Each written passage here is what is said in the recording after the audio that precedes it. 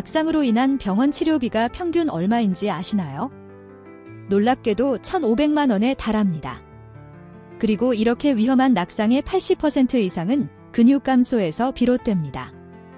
더욱 충격적인 사실은 지금 이 순간에도 우리의 근육이 매년 1%씩, 70대가 되면 3%씩 사라지고 있다는 점입니다. 하지만 오늘 제가 알려드릴 3가지 단백질 식품을 꾸준히 섭취하면 수천만 원에 병원비를 단돈 몇만 원으로 막을 수 있습니다. 두부보다 저렴하고 계란보다 든든한 이 비밀을 지금 바로 공개하겠습니다.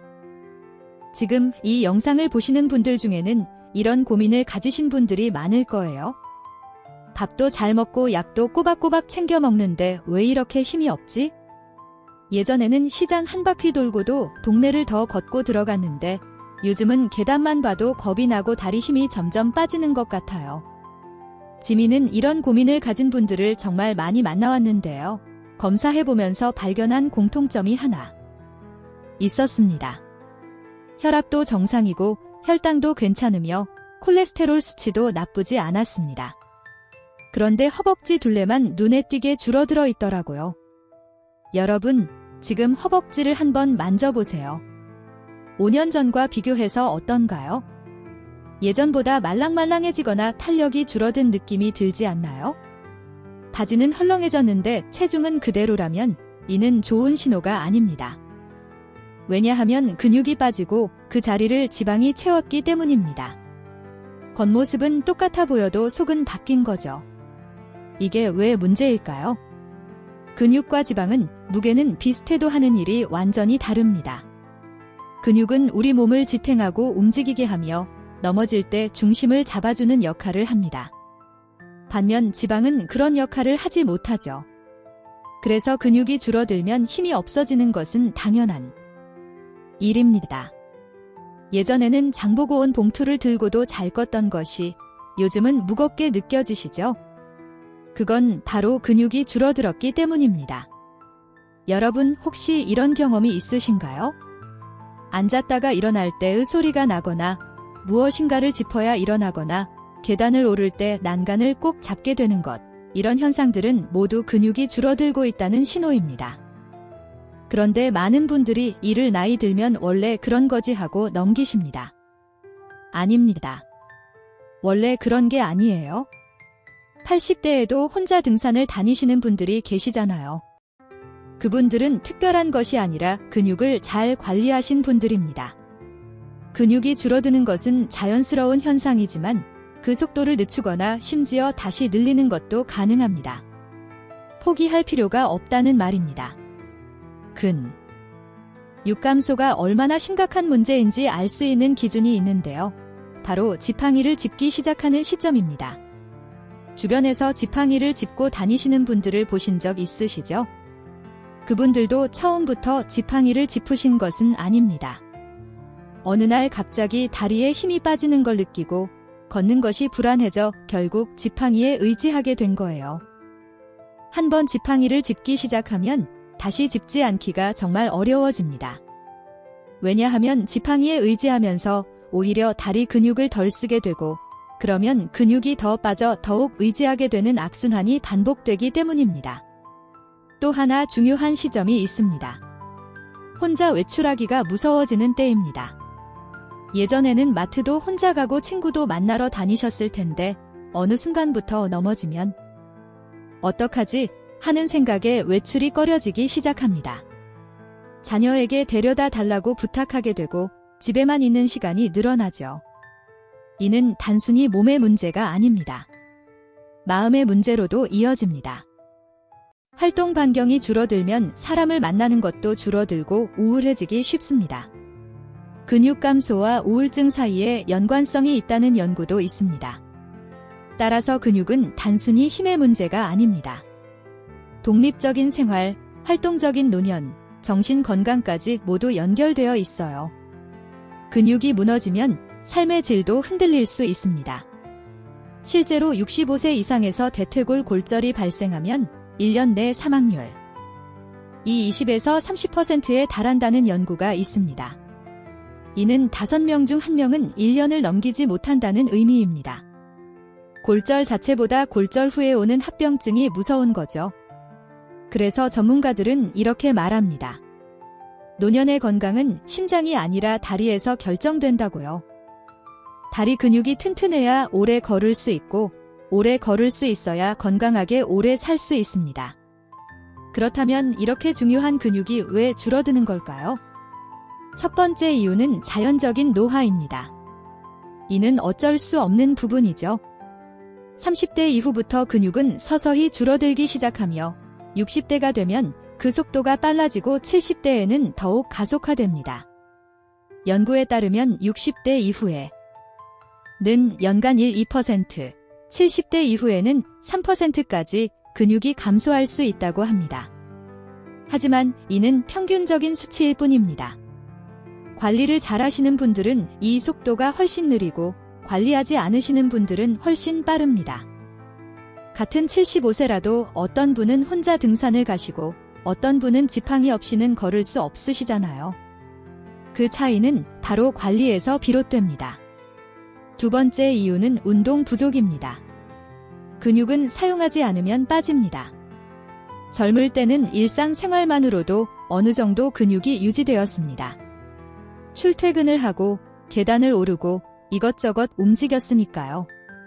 하지만 은퇴하고 나면 움직임이 확연히 줄어듭니다. 집에서 TV를 보는 시간이 늘어나고 걷는 거리도 줄어들죠. 그래서 은퇴 후 5년이 가장 위험하다는 말도 있습니다. 이 시기에 활동량이 급격히 줄면서 근육도 함께 빠지기 때문입니다. 세 번째 이유는 바로 단백질 섭취 부족입니다. 근육을 만들려면 재료가 필요한데 그 재료가 바로 단백질입니다. 운동을 아무리 열심히 해도 재료가 없으면 근육은 만들어지지 않아요. 집을 짓는다고 생각해 보세요. 일꾼이 아무리 열심히 일해도 벽돌이 없으면 집을 지을 수 없잖아요. 단백질이 바로 그 벽돌입니다. 여러분, 어제 하루 동안 무엇을 드셨는지 한번 떠올려 보세요. 아침, 점심, 저녁 식사는 어땠나요?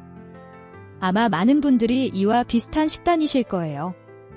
아침은 밥에 김치, 나물, 된장국, 점심과 저녁도 비슷한 구성이죠. 혹시 맞으신가요? 이 식단의 문제점은 탄수화물 위주라는 점입니다. 밥, 감자, 국수 모두 탄수화질이에요. 배는 부르게 해주지만 근육을 만드는 재료는 별로 없습니다. 단백질이 들어있는 음식은 고기, 생선, 계란, 두부, 콩 등이 있습니다. 여러분의 식단에 이런 음식들이 충분히 포함되어 있나요? 지민이 만나본 분들 중 단백질을 충분히 섭취하시는 분은 정말 드물었습니다. 부분 부족하셨죠? 왜 그럴까요? 몇 가지 이유가 있습니다. 첫째, 고기가 부담스럽습니다. 나이가 들면 소화력이 떨어져 고기를 먹으면 속이 더부룩하고 불편하다는 분들이 많아요. 그래서 자연스럽게 피하게 됩니다. 둘째, 가격이 비쌉니다. 소고기나 돼지고기 가격이 만만치 않죠? 연금 생활을 하시는 분들은 장을 볼 때 고기를 사는 것이 부담되실 거예요. 셋째, 조리가 귀찮습니다. 고기는 굽거나 볶아야 하고 생선은 비린내를 잡아야 하며 손이 많이 가죠. 혼자 사시는 분들에게는 이 일이 더욱 부담스럽습니다. 그래서 결국 밥과 김치, 간단한 반찬으로 끼니를 때우는 경우가 많아집니다. 배는 채워지지만 근육에 필요한 재료는 부족한 상태가 되는 거예요. 여기서 중요한 점은 나이가 들면 같은 양의 단백질을 먹어도 흡수율이 떨어진다는 사실입니다. 전문 용어로 단백질 동화 저항성이라고 하는데 쉽게 설명드리자면 젊을 때는 먹은 단백질이 근육으로 잘 전환되었지만 70대가 되면 100을 먹어도 60 정도만 근육으로 가고 나머지는 에너지로 쓰이거나 배출되어 버린다는 의미입니다. 이는 연구를 통해 입증된 사실입니다. 따라서 나이가 들수록 단백질을 더 많이 섭취해야 합니다. 젊을 때보다 적게 먹으면 안 되고 오히려 더 드셔야 해요. 예전이랑 똑같이 먹는데 왜 힘이 빠질까 하고 생각하시는 분들이 많으신데 바로 이 때문입니다. 예전과 똑같이 드신다면 지금은 부족한 거예요. 그렇다면 얼마나 드셔야 할까요? 권장 수치는 체중 1kg당 하루의 단백질 1g에서 1.2g입니다. 체중이 60kg이라면 하루에 60g에서 72g의 단백질이 필요하죠. 이는 계란으로 약 10개, 두부로 2모반, 닭가슴살로 300g 정도에 해당하는 양입니다. 하루에 이만큼 먹기 쉽지 않죠? 하지만 여기서 더 중요한 점은 하루 총량뿐만 아니라 한 끼에 얼마나 드시는지입니다. 질문 하나 드릴게요. 단백질을 아침, 점심, 저녁에 10g씩 나눠 먹는 것과 한 끼에 30g을 몰아서 먹는 것, 어느 쪽이 더 효과적일까요? 정답은 한 끼에 30g을 먹는 것입니다. 왜냐하면 근육 합성에는 스위치가 있기 때문입니다. 한 끼에 일정량 이상의 단백질이 들어와야 이 스위치가 켜집니다. 연구에 따르면 그 기준은 약 20에서 25g이라고 합니다. 이보다 적게 섭취하면 스위치가 켜지지 않고 단백질이 그냥 에너지로 쓰여버립니다. 따라서 아침에 계란 하나, 점심에 두부 조금, 저녁에 고기 몇 점씩 나눠 먹기보다는 하루 2끼 상을 20g 이상씩 몰아서 드시는 것이 훨씬 효과적입니다. 한 끼에 20g은 계란으로는 3개에서 4개, 두부로는 반모, 고등어로는 한 토막 정도입니다. 이 정도는 꼭 챙겨 드셔야 합니다. 그럼 어떻게 해야 할까요? 고기는 소화가 안 되고 비싸며 조리도 귀찮고 보충제는 어떨까요? 요즘 TV를 켜면 단백질 보충제 광고가 정말 많이 나옵니다. 분말 타는 것, 음료, 젤리 형태 등 다양하죠. 보충제 자체가 나쁜 것은 아닙니다. 필요하신 분들에게는 도움이 될 수 있어요. 하지만 문제점도 있습니다. 첫째, 속이 불편하신 분들이 많습니다. 연구에 따르면 65세 이상 어르신 중 단백질 보충제를 복용하다가 소화장애로 중단한 비율이 35%를 넘는다고 합니다. 보충제에 많이 들어가는 유청 단백질은 우유에서 추출한 성분이라 유당분해증이 있으신 분들은 설사나 복통을 겪을 수 있습니다. 둘째, 가격이 만만치 않습니다. 좋은 제품은 한 달에 5만원에서 10만원씩 듭니다. 이를 평생 드실 수 있으신가요? 부담스럽죠? 셋째, 가장 중요한 점은 보충제는 말 그대로 보충용이라는 사실입니다. 밥상에서 채우지 못한 부분을 메꾸는 용도이지 주식이 되어서는 안 됩니다. 실제로 장수하시는 어르신들을 보면 보충제를 드시는 분은 거의 없습니다. 대신 매일 드시는 밥상에서 꾸준히 단백질을 챙기고 계세요. 특별한 것이 아니라 평범한 음식을 꾸준히 드시는 거예요. 진짜 중요한 것은 매일 먹는 밥과 반찬으로 단백질을 어떻게 채울 것인가입니다. 바로 여기에 답이 있습니다. 그래서 오늘 제가 알려드릴 식품들은 3가지 조건을 모두 갖춘 것들입니다. 첫째, 마트에서 쉽게 살 수 있습니다. 특별한 곳을 갈 필요 없이 동네 마트나 슈퍼에서 모두 구입할 수 있어요. 둘째, 가격이 착합니다. 비싸면 꾸준히 드시기 어렵잖아요. 한 달에 몇만 원이면 충분합니다. 셋째, 소화 부담이 적습니다. 고기처럼 속이 더 부룩하지 않아 나이 드신 분들의 위장에도 부담이 적죠. 그리고 한 가지 더, 따로 요리할 필요가 거의 없다는 점입니다.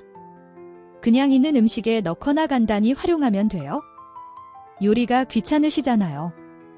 간편해야 매일 실천할 수 있습니다. 오늘 알려드릴 식품은 총 4가지입니다. 각 식품이 왜 좋은지, 어떻게 드시면 되는지, 주의할 점은 무엇인지 하나씩 자세히 설명드리겠습니다. 순서는 검은 콩, 들깨가루, 고등어 꽁치 통조림, 그리고 건새우 순입니다. 마지막에 소개할 건새우가 활용도가 가장 높으니 끝까지 봐주세요. 첫 번째는 검은 콩입니다. 검은 콩 하면 콩밥이나 콩장이 떠오르시죠? 몸에 좋다는 건 다들 아시는데 얼마나 좋은지 정확히 아시는 분은 별로 없더라고요. 숫자로 말씀드릴게요. 검은 콩 100g에는 단백질이 무려 36g 들어있습니다. 비교해보면 두부 100g에는 8g, 계란 1개에는 약 6g의 단백질이 들어있죠. 검은 콩 한 줌이면 계란 6개 분량의 백질을 섭취할 수 있습니다. 가격은 어떨까요? 검은 콩 500g에 5,000원 정도 합니다. 한 달 정도는 겉듯이 먹을 수 있으니 하루에 200원도 안 되는 셈이에요. 계란 3개 사는 것보다 저렴하죠. 하지만 검은 콩의 진짜 비밀은 단백질이 아닙니다. 껍질에 있죠? 검은 콩 껍질이 검은색인 이유는 안토시아닌이라는 색소 때문입니다. 블루베리가 눈에 좋다고 하잖아요. 그 보라색 색소가 바로 안토시아닌인데 검은 콩에는 이것이 블루베리보다 더 많이 들어있어요. 안토시아닌은 강력한 항산화 물질입니다. 항산화가 무엇이냐고요? 쉽게 말해 우리 몸속에서는 계속 산화가 일어납니다. 쇠가 녹슬듯이 우리 몸도 조금씩 녹슬어 가는 거예요. 이게 바로 노화입니다. 항산화 물질은 이 녹쓰는 과정을 늦춰줍니다. 특히 혈관 건강에 좋아서 혈관벽의 염증을 줄이고 깨끗하게 유지하는 데 도움을 줍니다. 또한 검은 콩에는 이소플라본이라는 성분도 들어있습니다. 이는 식물성 에스트로겐이라고도 불리는데 여성 호르몬과 비슷한 작용을 합니다. 여성 어르신들 중 갱년기 이후 안면 홍조, 식은땀, 우울감을 겪으시는 분들께 도움이 될 수 있다는 연구들이 있습니다. 정리하자면 검은 콩은 두 가지 일을 동시에 합니다.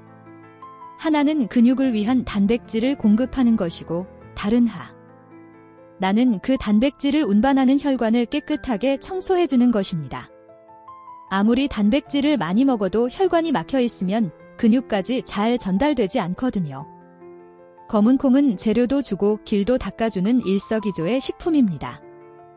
그럼 검은 콩을 어떻게 드시면 좋을까요? 첫 번째는 검은 콩밥입니다. 가장 쉬운 방법이죠. 밥을 지을 때 검은 콩 한 줌을 넣으시면 됩니다.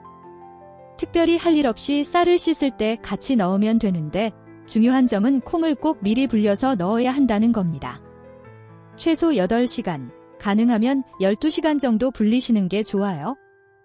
불리지 않고 바로 넣으면 콩이 딱딱해서 소화가 잘 안 되고 가스도 많이 차기 때문입니다. 두 번째는 검은 콩 두유입니다. 아침에 밥 차리기 귀찮으실 때 좋아요. 따뜻하게 데워서 한 잔 드시면 든든합니다. 시중에 판매되는 검은 콩 두유를 고르실 때는 꼭 설탕 함량을 확인하세요. 제품 뒷면의 영양성분표에서 당류 함량이 0g인 제품을 선택하시는 것이 좋습니다. 설탕이 10g 이상 들어간 제품도 있으니 건강식을 목표로 하신다면 무가당 제품을 고르세요. 세 번째는 검은 콩 가루입니다. 이를 악물기가 어려우신 분들께 특히 추천합니다. 볶은 검은 콩을 곱게 갈아 만든 가루인데 마트의 미숫가루 코너에서 함께 팔고 있습니다. 따뜻한 우유에 한 숟가락 타서 드시거나 미숫가루에 섞어 드셔도 좋아요. 요거트에 뿌려 드셔도 되고 아침에 간편하게 단백질을 보충하기에 좋습니다. 네 번째는 검은 콩 조림입니다. 밥 반찬으로 만들어 두시면 좋은데 주의할 점은 달게 만들지 마시라는 겁니다. 시중에 파는 콩자반은 설탕이 정말 많이 들어있어요. 직접 만드실 때는 설탕 대신 올리고당을 조금만 넣거나 아예 짭짤하게 만드시는 것을 추천합니다. 검은 콩을 드실 때 주의할 점도 있습니다. 첫째, 처음부터 너무 많이 드시지 마세요. 갑자기 많이 드시면 가스가 차거나 배가 불편할 수 있어요. 하루에 작은 종이컵 반 컵 정도로 시작하시고 일주일 정도 드셔보신 후 몸 상태를 보며 서서히 양을 늘리세요. 둘째, 콩팥이 안 좋으신 분은 주의하셔야 합니다. 검은 콩에는 칼륨과 인이 많이 들어있어요. 콩팥 기능이 떨어진 분들은 이러한 성분을 잘 배출하지 못할 수 있으니 반드시 담당 의사 선생님과 상의하시고 드세요. 두 번째 식품은 들깨가루입니다. 들깨를 그냥 고소한 냄새 나는 양념 정도로 생각하실 수 있는데 천만에요. 들깨의 가치는 우리가 생각하는 것보다 훨씬 큽니다. 들깨는 식물성 오메가3의 보고입니다. 오메가3는 혈관 건강에 좋다고 알려져 있죠. 들깨 기름에는 알파 리놀렌산이라는 식물성 오메가3가 약 60%나 들어 있습니다. 비교해보면 올리브유의 오메가3함 양은 1% 미만이에요. 들깨 기름이 60배 이상 많은 거죠. 오메가3가 중요한 이유는 염증을 줄여주기 때문입니다. 나이가 들수록 우리 몸에서는 만성 염증 반응이 늘어납니다. 이 만성 염증은 혈관을 손상시키고 관절을 아프게 하며 근육도 갉아먹어요. 맞습니다.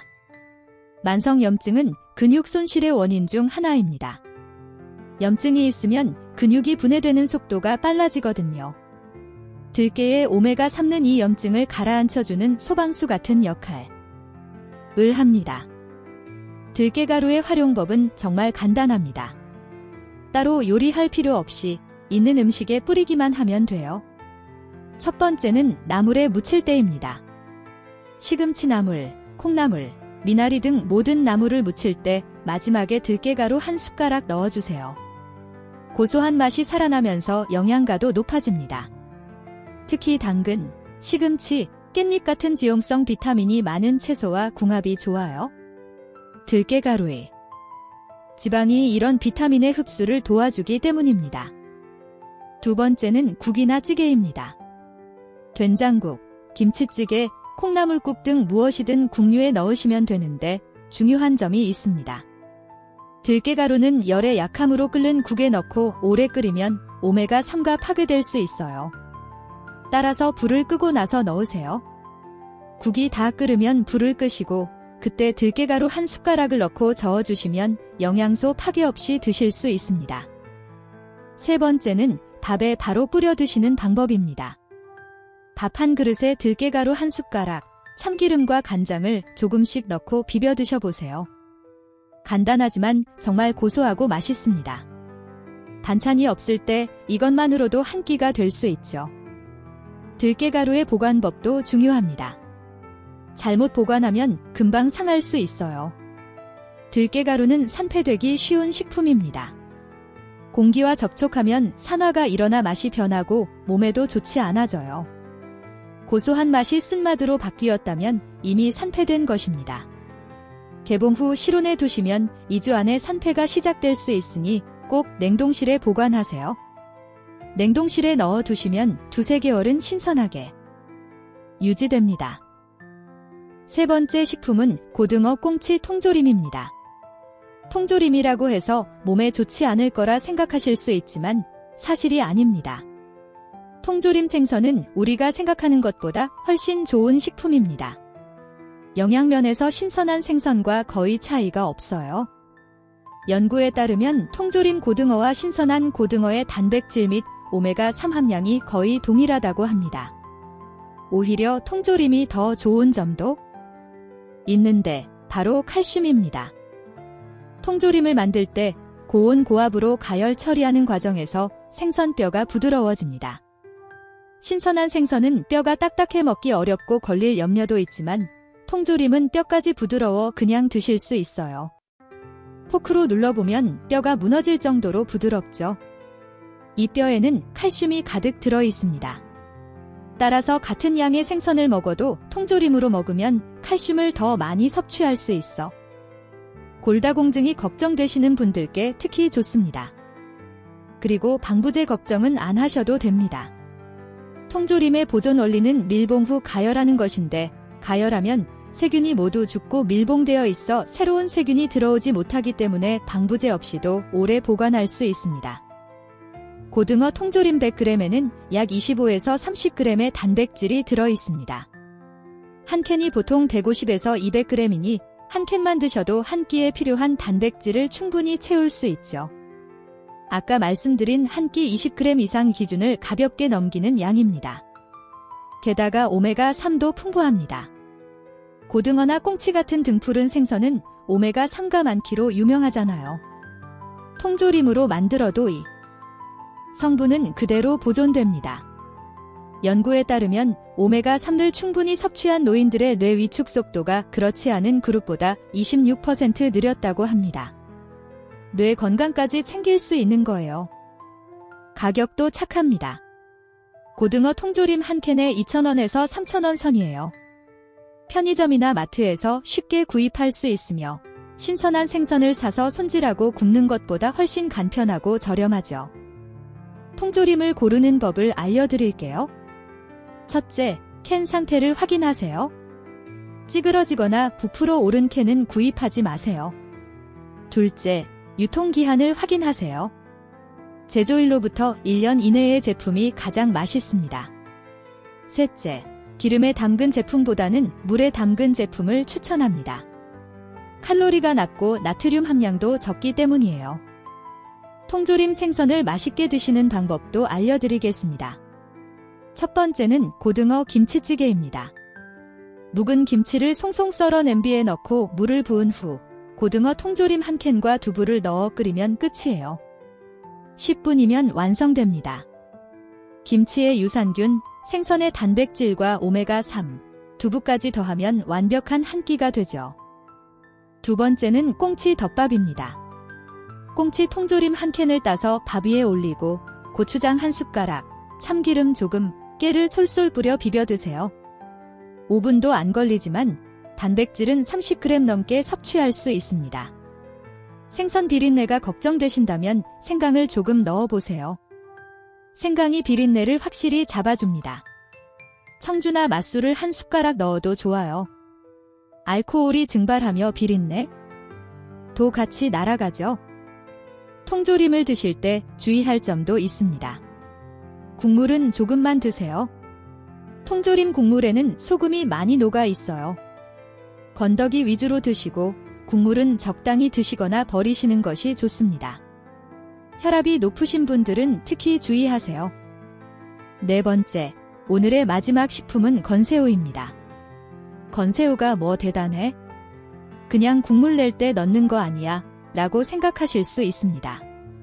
솔직히 지민도 처음엔 그렇게 생각했어요.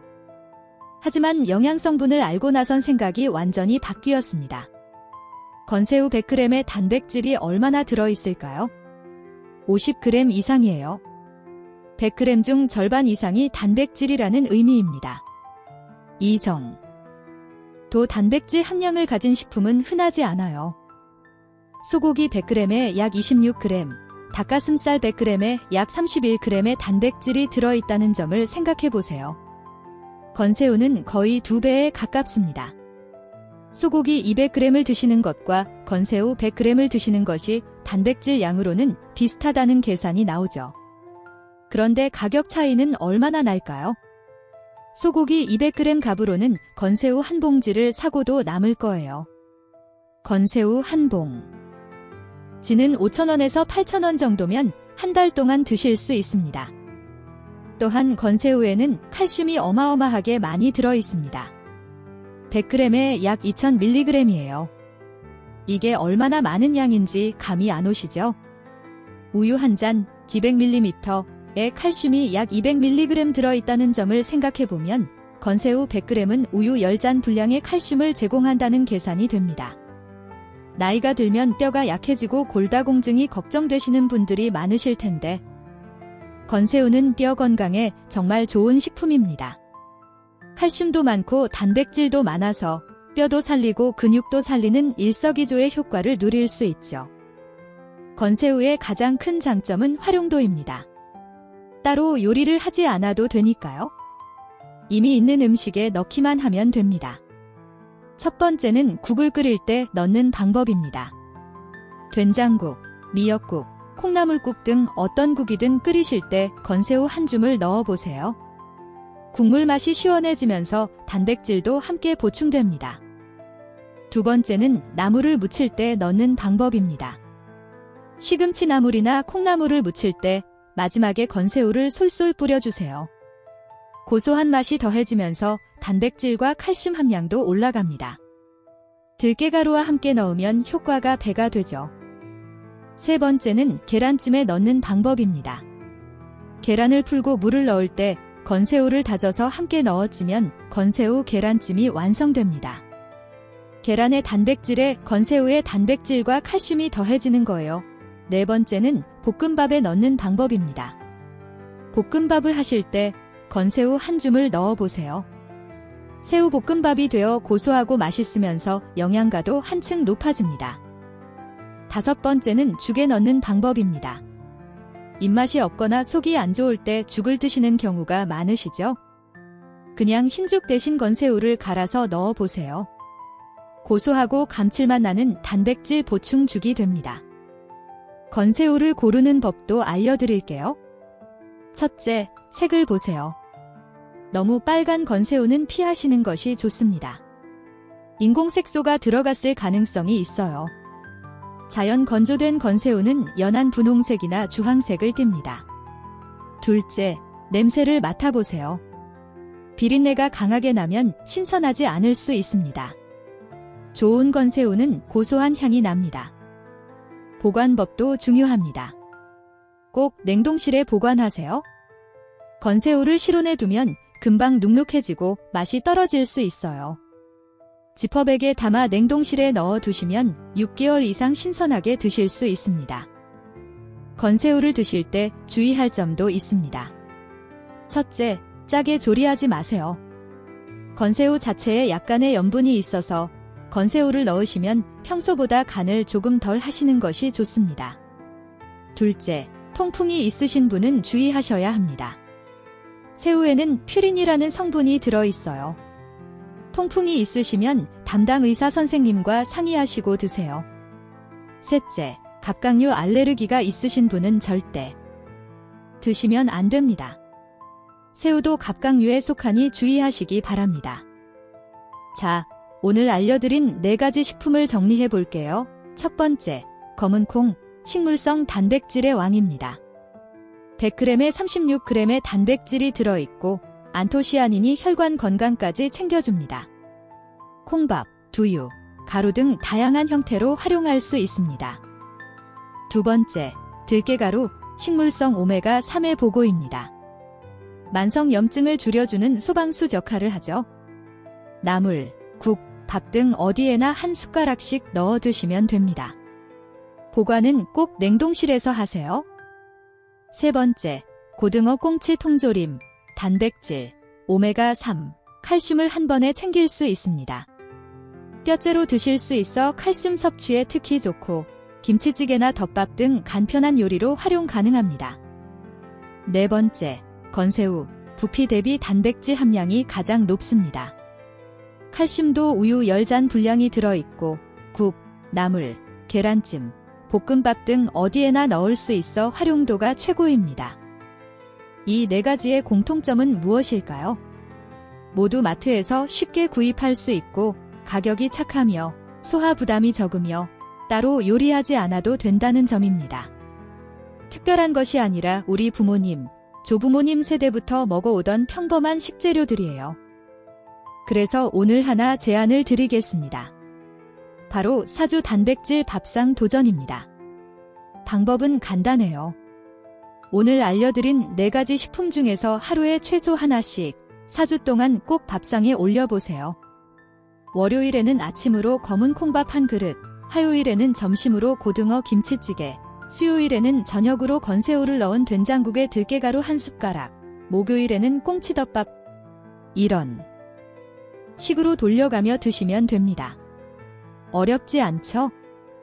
처음 1-2주 동안은 큰 변화를 느끼지 못하실 수 있어요. 원래 그렇습니다. 근육은 하루아침에 만들어지는 것이 아니니까요.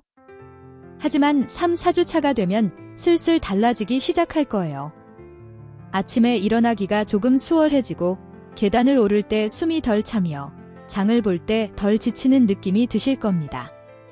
물론 개인차는 있겠지만 확실한 것은 먹는 대로 몸이 달라진다는 사실입니다. 좋은 재료를 넣으면 좋은 결과가 나오는 법이죠. 혹시 이런 생각을 하고 계신 분이 있으신가요? 나이 먹으면 다 그런 거지? 이제 와서 뭘 바꿔? 아닙니다. 88세에 처음 운동을 시작하신 분을 본 적이 있어요. 처음에는 의자를 잡고 일어나기도 힘들어 하셨는데 1년 뒤에는 손자랑 공원 산책을 하시더라고요. 근육은 나이와 상관없이 자극을 주고 재료를 넣어주면 반응합니다. 늦었다고 생각하는 지금이 가장 빠른 때예요. 그리고 단백질만 드신다고 근육이 생기는 것은 아닙니다. 움직여야 해요. 거창한 운동이 아니어도 됩니다. 매일 30분 걷기, 계단 오르내리기, TV를 보면서 앉았다 일어나기. 이 정도만 해도 충분합니다. 단백질은 벽돌이고 운동은 그 벽돌을 쌓는 일이에요. 벽돌만 있어서는 안 되고 쌓아야 집이 되죠. 반대로 벽돌 없이 쌓기만 하면 쌓을 게 없잖아요. 둘 다 필요합니다. 물도 충분히 드세요. 나이가 들면 갈증을 잘 느끼지 못하는데 탈수되면 근육 회복이 잘 안 됩니다. 하루에 6잔에서 8잔 정도 드시고 심장이나 콩팥이 안 좋으신 분은 담당 의사 선생님과 적정량을 상의하세요. 잠도 중요합니다. 자는 동안 성장 호르몬이 분비되면서 근육을 회복시키거든요.